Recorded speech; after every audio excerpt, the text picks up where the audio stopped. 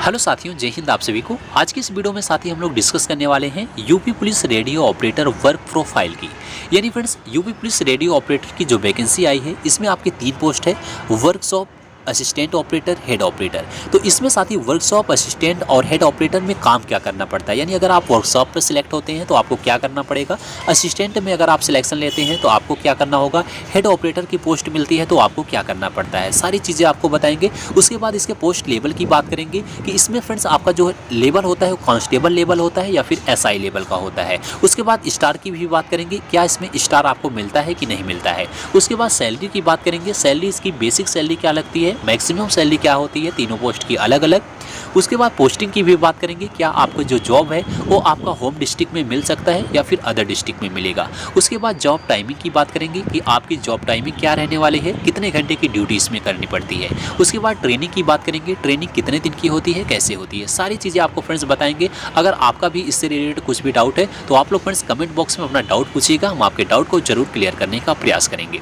तो देखिएगा साथी, अगर हम बात करें यूपी पुलिस रेडियो ऑपरेटर की, सबसे बढ़िया फ्रेंड्स जो जॉब है आपकी यूपी पुलिस रेडियो ऑपरेटर की है। तो इसमें फ्रेंड्स जो काम करना पड़ता है आपका बिल्कुल नाम मात्र का आपको इसमें काम करना पड़ता है। आप समझिए कि 8 घंटे ड्यूटी में आपको सिर्फ 1 घंटे काम करना पड़ता है, बाकी आपका ऑफिस का काम होता है। बिल्कुल नंबर 1 की जॉब होती है। तो साथ ही अगर आप लोग का भी इसमें सिलेक्शन हो जाता है तो बहुत बढ़िया जॉब है। इसमें फ्रेंड्स यूपी पुलिस कांस्टेबल में सिर्फ नाम है पुलिस का, लेकिन इसमें आपको ऑफिस में ही रह के सब कुछ करना पड़ता है।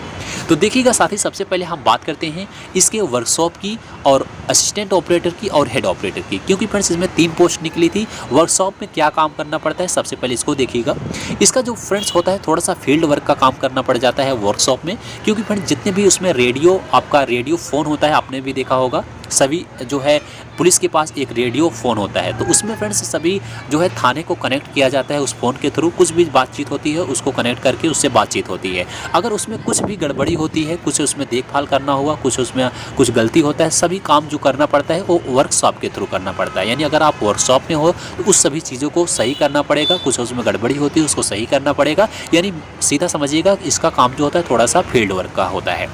उसके बाद असिस्टेंट ऑपरेटर की अगर आप पोस्ट इसमें मिलती है तो साथ ही असिस्टेंट ऑपरेटर नंबर 1 की जॉब है। इसमें आपको फ्रेंड्स ऑफिस में रहकर ही सब कुछ काम करना पड़ता है। जितने भी वर्कशॉप रहेंगे उसमें जो जो काम कर रहे हैं उनको फ्रेंड्स देखना होगा। उसके बाद इसमें आपको सभी डेटा को कलेक्ट करना होगा। जितने भी फ्रेंड्स आपका रेडियो संवर्ग है उसको सभी डेटा को कलेक्ट करना होगा। जिस थाने में आपकी ड्यूटी लगेगी उसमें फ्रेंड्स आपको ऑफिस में रह करके सभी डेटा को कलेक्ट करना होगा। तो डेटा को कलेक्ट करके उसे आपको अपने सीनियर के पास भेजना होगा।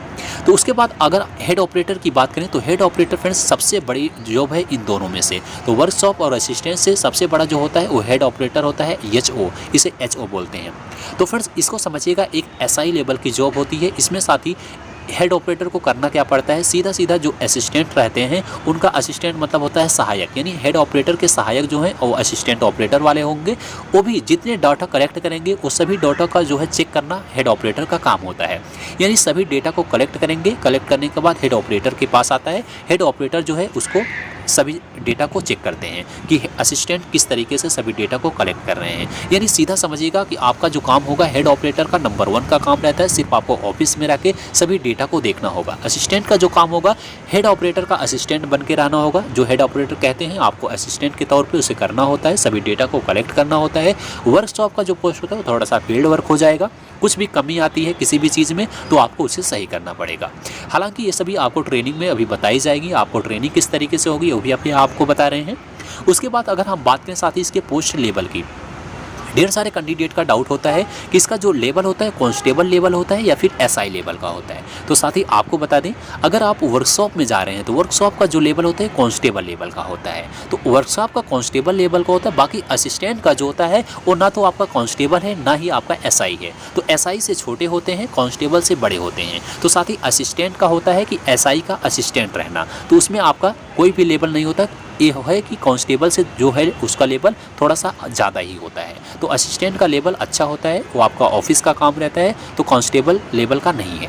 उसके बाद अगर हम हेड ऑपरेटर की बात करें तो हेड ऑपरेटर का जो लेवल है साथी वो एसआई लेवल का होता है। तो एसआई लेवल की इसमें पोस्ट मिलती है, हालांकि एसआई नहीं होते हैं लेकिन एसआई लेवल की आपकी उसमें पोस्ट मिलती है।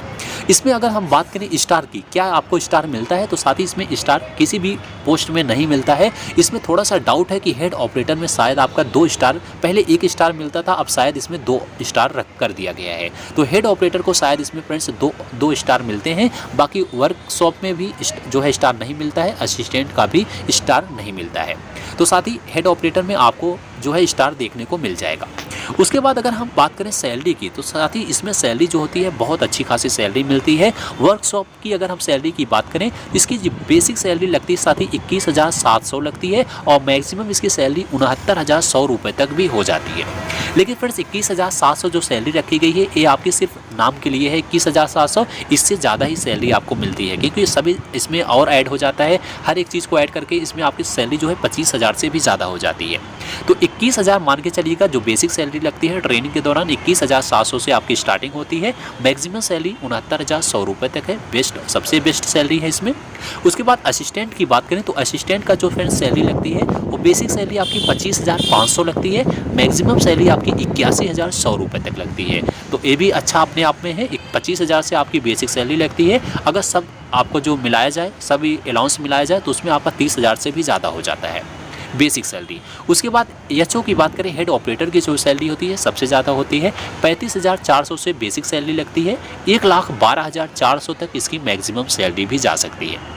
तो जो भी सैलरी फ्रेंड्स इसमें मिलती हैं, हर एक पुलिस से आपकी, अगर आप यूपी पुलिस कांस्टेबल में सेलेक्ट होते हैं उससे ज़्यादा ही सैलरी आपको इसमें देखने को मिलती है और उससे कम काम इसमें करना पड़ता है।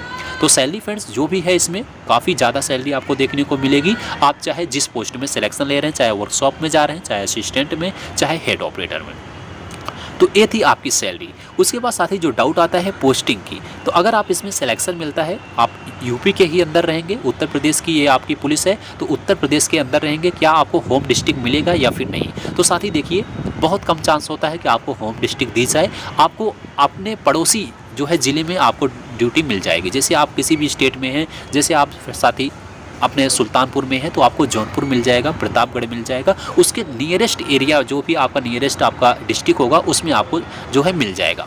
लेकिन अगर होम डिस्ट्रिक्ट की बात करें तो होम डिस्ट्रिक्ट भी आपको मिल जाएगा, थोड़ा सा उसके लिए आपको एप्लीकेशन देना पड़ेगा अपने सीनियर को, अपने जो है मैनेजर को, तो उसमें आपको फिर होम डिस्ट्रिक्ट भी मिल सकती है। लेकिन जो भी आपको इसमें मिलती है तो आपका अदर भी ज़्यादा चांसेस होते हैं, अदर डिस्ट्रिक्ट मिलती है जहाँ आपकी जाएगी, साथ ही उसमें आपका जल्दी बदलाव नहीं होता है। जैसे आप किसी भी जो है आप डिस्ट्रिक्ट में गए तो वहाँ से कम 8 से 10 साल तक उसमें आप जो है वहाँ पर आप नियुक्त हो जाएंगे। इसलिए फ्रेंड्स साथ ही ये अपने आप में बहुत अच्छी है, जहाँ आप जाएंगे 8-10 साल तक वहाँ पर आप जो है सेटल हो सकते हैं।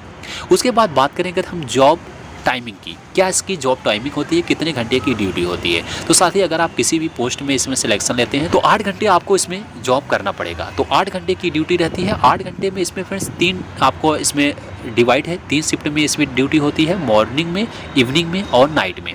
तो किसी की आपका मॉर्निंग में लग जाता है 6 से लेकर के आपका 6 बजे से लेकर के आपका 2-3 बजे तक दोपहर तक। उसके बाद इवनिंग की ड्यूटी लग जाएगी 2 बजे से रात के 12 बजे तक। फिर आपकी नाइट की भी ड्यूटी लग जाएगी रात के 12 बजे से सुबह के 8-9 बजे तक। इस तरीके से आपका इसमें 3 तरीके से ड्यूटी होती है, मॉर्निंग शिफ्ट, इवनिंग शिफ्ट और नाइट शिफ्ट की ड्यूटी होती है। तो 8 घंटे की ड्यूटी है फ्रेंड्स। इसमें आपको बाहर कहीं नहीं जाना होता है, ऑफिस में आपके रह करके सारी चीज़ें करना होता है। उसके बाद अगर हम ट्रेनिंग की बात करें, साथ ही ट्रेनिंग इसमें किस तरीके से होती है, तो ट्रेनिंग फ्रेंड्स आपको बहुत ही नॉर्मल ट्रेनिंग होती है, इसमें ज़्यादा कुछ भाग दौड़ की ज़रूरत नहीं होती है। इसमें आपको 6 महीने की ट्रेनिंग आपको मैक्सिमम दी जाती है।